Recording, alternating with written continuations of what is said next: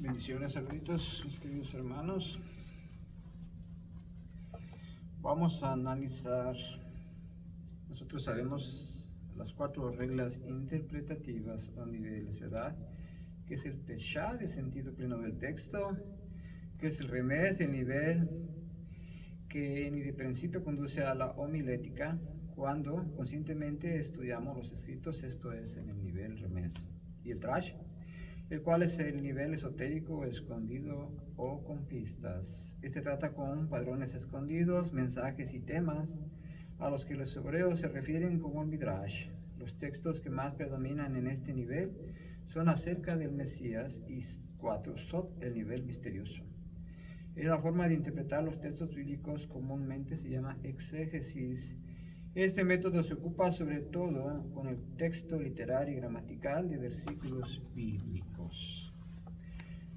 Dice en Juan 10:35, Jesús dijo que la escritura no puede ser quebrantada. He aquí la importancia de que nosotros no podemos, ¿verdad?, interpretar un versículo bíblico conforme nosotros pensemos que se interpreta a nuestro parecer, sino que existen reglas estrictas que nosotros debemos seguir. Esto es en el judaísmo, pero desgraciadamente en el cristianismo no existe ninguna regla, ¿verdad?, que se deba de seguir en la interpretación de los textos bíblicos, y entonces al momento de interpretarlos viene a ser todo un error. Esto es en la homilética que utiliza el cristianismo en la interpretación de los textos bíblicos.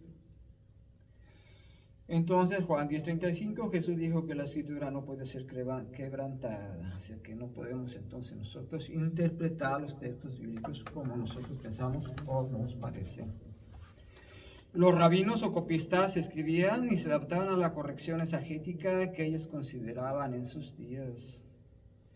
Para establecer su teología autorizada al pueblo judío, seguían una realidad homilética y nunca manipulando o cambiando textos para engañar al pueblo, porque pensar esto es de ignorantes.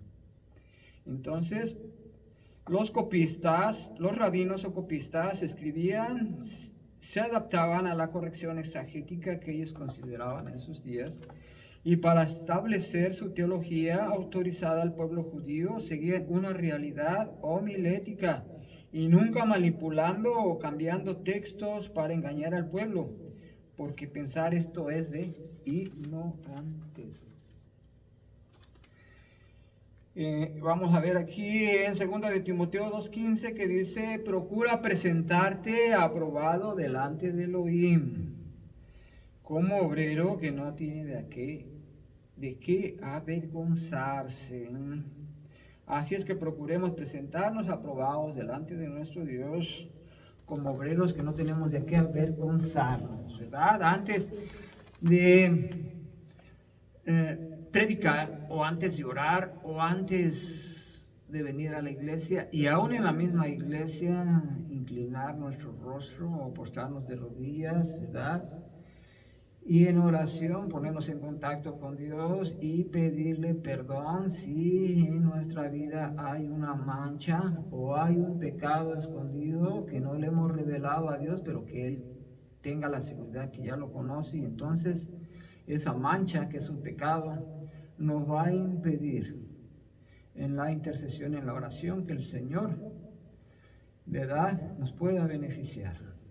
Y aún más grave si nosotros como dirigentes, ¿verdad?, o líderes laicos, intercedemos o oramos por otras personas. Es como decir, vamos a interceder o vamos a orar por nuestros semejantes, pero todo lo que digamos se lo llevará el viento, se lo llevará el aire, porque nada va a tener consecuencias en los cielos. Dios no lo va a tomar en cuenta, porque hay un pecado oculto, hay una falta. Muchas de las veces puede ser no solo un pecado, sino puede ser también un temor, un miedo, ¿verdad?, alguna circunstancia en la vida que nos está inquietando. Así es que todas esas cargas hay que entregárselas al Señor para que nos pueda hacer descansar.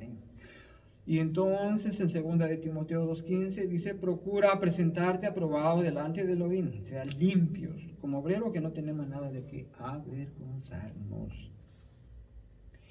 En Lucas 8:17 dice, porque nada hay oculto que no haya de ser manifestado, ni escondido que no haya de ser conocido y sacado a la luz. Esto puede ser un pecado, un miedo, una duda, sea lo que sea, Dios lo sacará a la luz. Será conocido. Lucas 8:17. Porque nada hay oculto que no haya de ser manifestado, ni escondido que no haya de ser conocido y sacado a la luz. El Señor lo va a revelar. Puede ser un pecado, un miedo, una duda, sea lo que sea, Dios lo sacará a la luz, Dios lo dará a conocer. Por eso hay que presentarnos aprobados delante de Elohim, delante de nuestro Dios, sin nada de qué avergonzarnos. Vamos a analizar cómo la lectura en la Biblia tiene significados cuando nosotros encontramos determinadas palabras o frases en la Biblia. Como ejemplo, la paz, cuando encontramos la palabra paz, se refiere al Mesías.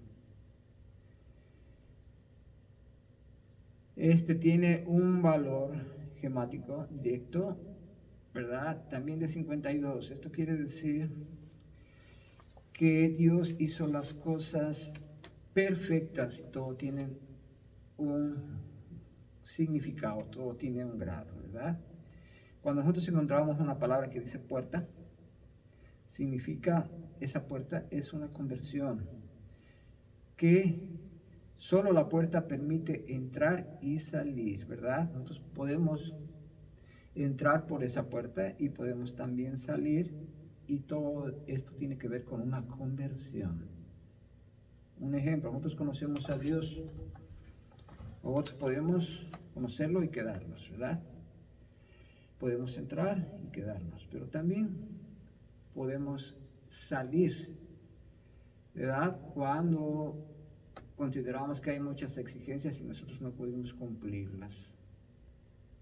Como quien dice, conocemos a Dios, pero nos vamos al mundo.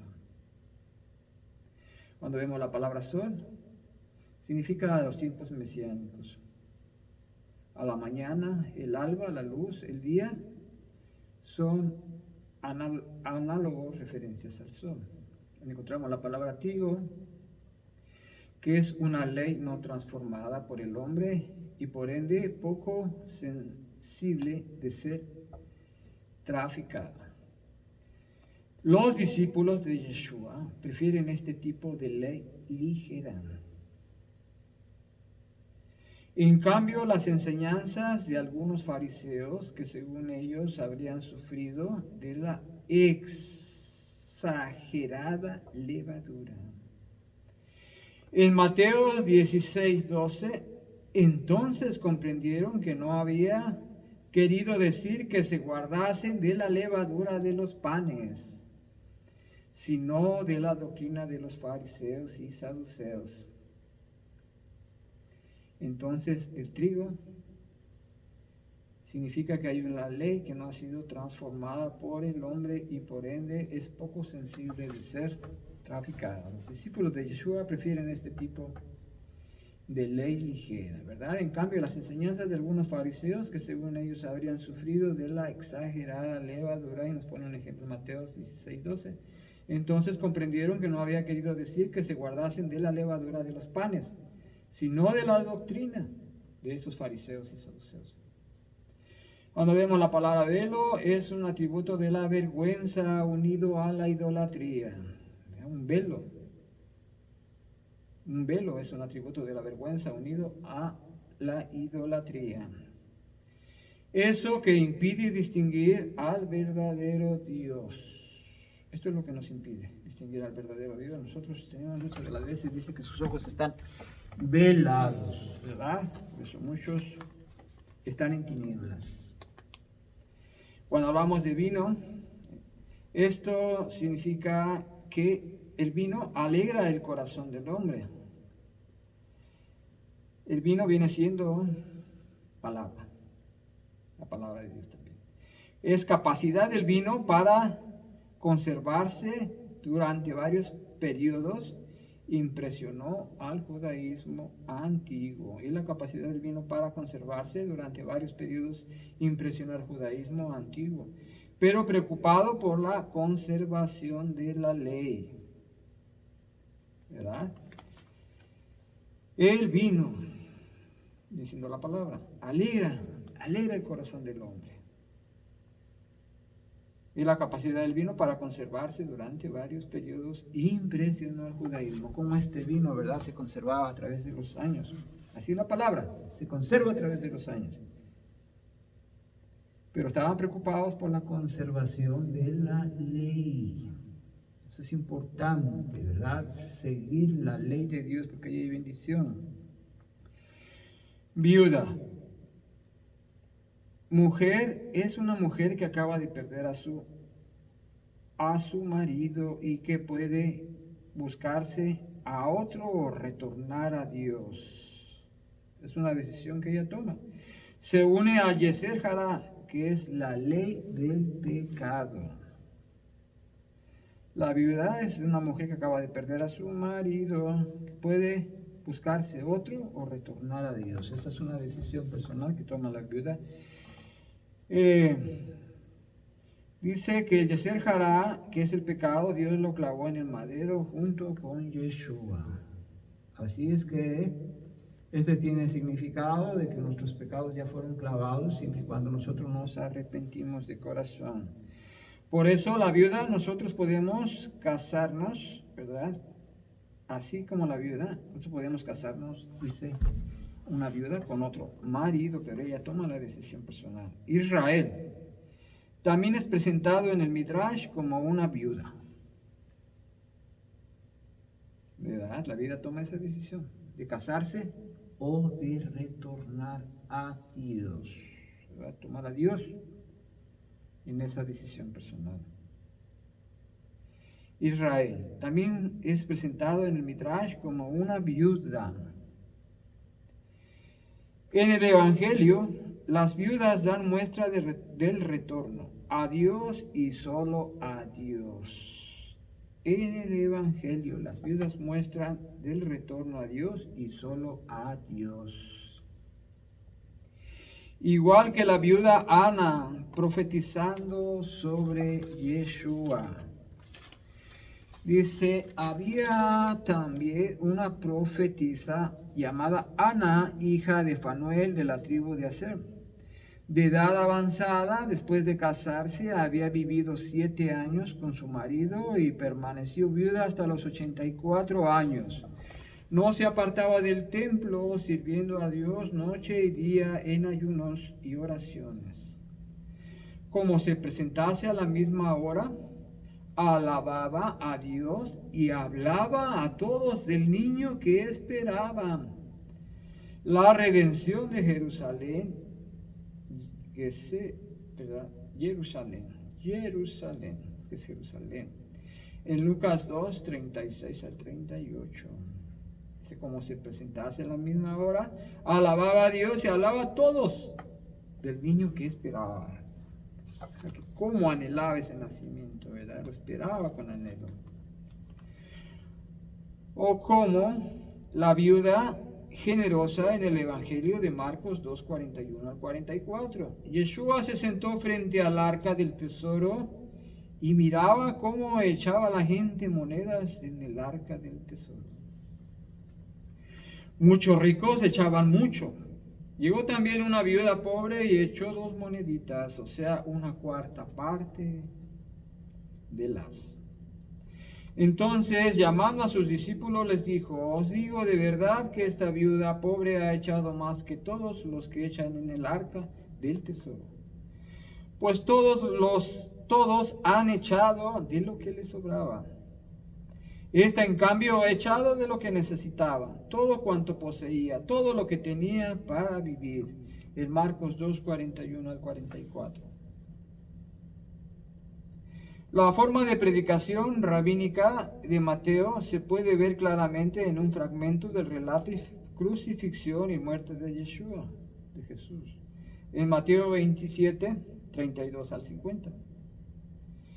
Puede servir para observar la forma en que el Evangelio narra la forma del acontecimiento siguiendo la forma de un midrash, una profecía cumplida, profecía y cumplimiento, que pertenece a los Salmos 22 y 69. En Lucas 2, 1 al 20, relata del nacimiento de Yeshua, de Jesús. En tradiciones populares judías, introduce una escena con pastores, como la infancia de David que nos muestra en 1 Samuel 16, 1 y Salmos 48, 70. En el relato de Yeshua, los primeros en recibir la nueva noticia son los pastores. Desde el ángel les anunció: os ha nacido hoy en la ciudad de David un Salvador que es el Mesías, Señor, en Lucas 2:11. Se puede ver que se toma una parte del Tanaj, o sea, de la palabra, y se amplía con el relato del Evangelio sobre el nacimiento de Yeshua. Se expresa con un lenguaje y alusiones que demuestra todo lo expresado en el Tanaj, o sea, en la palabra de Dios. Se cumplió en Yeshua, es decir, promesa y cumplimiento. En estos ejemplos que hemos visto, nosotros podemos ver, ¿verdad?, que todo tiene una similitud, que toda la palabra de Dios tiene un seguimiento, y esto es comprobable en las profecías que se cumplieron, ¿verdad?, al pie de la letra, y que nada más nos falta el regreso de Yeshua, el regreso de Jesús, el regreso del Mesías, ¿verdad?, que Él regrese a la tierra por su pueblo como lo prometió, ¿verdad? Quería cielo a prepararnos, ¿verdad? Morada para, y que regresaría y que nos llevaría para que estuviéramos con Él por la eternidad. Así es que nosotros tengamos fe que a través de la historia, en la palabra de Dios, esas profecías siempre se han cumplido al pie de la letra. Así es que tengamos fe y esa comunión en oración con Dios. Que Dios esté con nosotros y nos bendiga grandemente. Amén, aleluya. Gloria a Dios.